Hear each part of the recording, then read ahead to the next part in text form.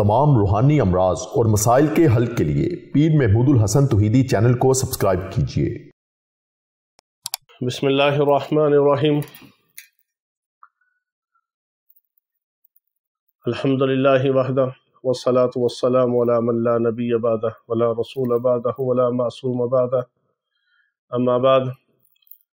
محترم بھائی اور بہنوں، السلام علیکم ورحمۃ اللہ وبرکاتہ۔ آج ہم آپ کو دست غیب کا ایک خاص عمل بتاتے ہیں جو بہت بڑے بڑے اولیاء کرام کا مجرب اور آزمودہ عمل ہے۔ یہ تجارب الصالحین میں سے ہے، نیک لوگوں کے تجربات میں یہ خاص عمل ہے۔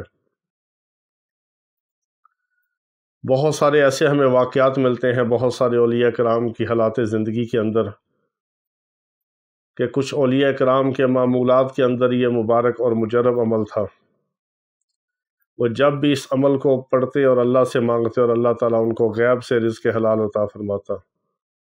اس لیے اس عمل کو بھی دست غیب کا عمل کہا جاتا ہے کہ اللہ تعالیٰ غیب سے رزق عطا فرماتا ہے، اسباب پیدا فرما دیتا ہے اور بیٹھے بٹھائے عطا فرما دیتا ہے، ضرورت سے پہلے اور ضرورت سے زیادہ عطا فرما دیتا ہے۔ ہمیں چاہیے کہ ہم اللہ رب العزت کی رضا حاصل کرنے کے لیے اس کی فرما برداری کریں اور اس کے پیارے پیغمبر حضور خاتم النبیین حضرت محمد مصطفیٰ صلی اللہ تعالیٰ علیہ وسلم کی اطاعت، فرما برداری اور تابع داری کریں، اور آپ علیہ الصلوۃ والسلام کی مبارک زندگی کے مطابق اپنی زندگی کو گزارنے کی کوشش کریں، اور ہر حال میں اللہ کو راضی کریں اور اللہ کا شکر ادا کریں۔ چھوٹی موٹی مصیبت، تکلیف، پریشانی آئے تو اس پر صبر کریں اور اللہ کی طرف لو لگائیں اور اللہ سے مانگیں۔ اللہ ہی ہے جو سب کچھ عطا فرماتا ہے، سب غموں کو دور کرتا ہے، سب تکلیفوں کو، مصیبتوں کو، پریشانیوں کو دور کرتا ہے، سب کامیابیاں، سب کامرانیاں، سب عزتیں، سب خیریں، سب برکتیں، سب نعمتیں اللہ ہی عطا فرماتا ہے۔ اس کے خزانہ میں کوئی کمی نہیں، اس کے قبضہ قدرت میں ہر چیز ہے۔ وہ جب چاہے، جہاں چاہے، جسے چاہے، جیسے چاہے، جتنا چاہے عطا فرما دے، اسے کوئی پوچھنے والا نہیں۔ تو وہی غیب سے عطا فرماتا ہے اور اپنے نام کی برکت سے عطا فرماتا ہے اور اپنے مانگنے والوں کو عطا فرماتا ہے۔ وہ تو بن مانگے بھی دینے پہ قادر ہے، بن مانگے بھی دیتا ہے۔ اگر اس سے مانگا جائے تو اور زیادہ خوش ہوتا ہے، اس سے نہ مانگا جائے تو وہ ناراض ہوتا ہے۔ تو یہ دست غیب کا خاص عمل ہے، اس کو 1000 بار آپ نے پڑھنا ہے۔ کوئی بھی وقت آپ مقرر کر لیں، صرف اس کے لیے 2 شرطیں ہیں، ایک باوضو ہونا اور ایک تنہائی میں اس کو پڑھنا۔